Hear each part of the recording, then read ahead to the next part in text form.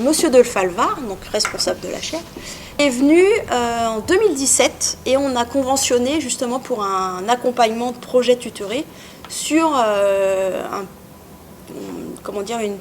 une possibilité d'implantation de recyclerie. C'est pour ça qu'on a été labellisé French Impact. C'était justement l'association de mondes différents, que ça soit la collectivité, les associations, les habitants et l'université, les étudiants, et que tous ensemble on avait la volonté et qu'on était capable de faire des choses. Le CIETREM est un syndicat intercommunal qui a en charge la gestion des déchets de 31 communes, 28 de Seine-et-Marne et 2 de Seine-Saint-Denis, et ce qui représente un territoire de plus de 300 000 habitants. En priorité, c'est la prévention des déchets. Toutes les actions que l'on peut mener pour réduire les déchets qui sont déjà énormes. À l'échelle du CIETREM, un habitant produit 473 kg de déchets par an. La prévention, elle n'est pas venue tout de suite. En fait, il y a 20 ans, ils ont mis en place le tri, parce que forcément, il y avait trop de déchets.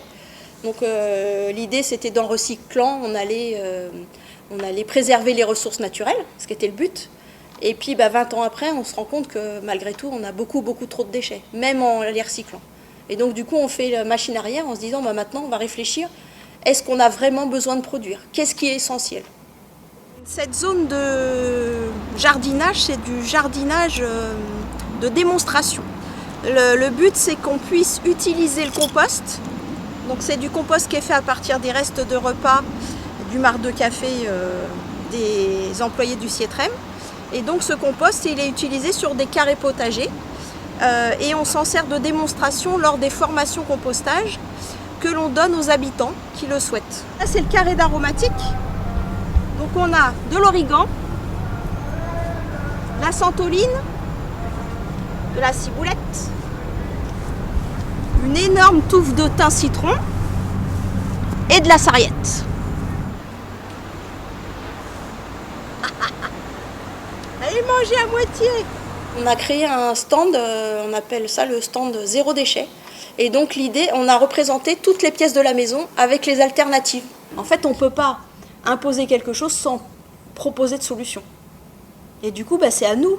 C'est nous qui sommes en relation avec les élus et avec les services des communes pour leur dire attention, vigilance, à partir de maintenant, dans vos réunions, vous n'avez plus le droit d'utiliser des gobelets, mais vous pouvez avoir des gobelets réutilisables.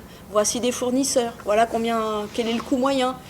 Vous pouvez passer à la cruche à eau.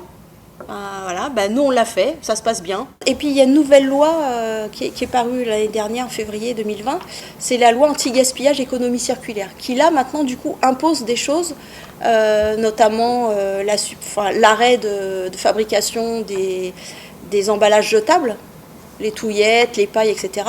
Donc maintenant il y a vraiment des choses précises. Il y a aussi des engagements auprès des collectivités. C'est-à-dire, nous on est obligés de mettre des points de récupération sur les déchetteries pour que les gens puissent déposer des objets encore en bon état et que d'autres puissent les reprendre. Il y a aussi, dans la commande publique, on doit aussi avoir un pourcentage de biens qui est issu du recyclage ou de seconde main. Les habitants, ils viennent chercher leurs composteurs. C'est des composteurs en bois qui sont fabriqués à Lannion, en Bretagne, dans un ESAT, donc un centre qui emploie des personnes en difficulté, en handicap. On transfère nos déchets dans un autre bac pour le mettre au repos. Et finalement, au bout de 9 mois, on tamise notre compost et on obtient du compost.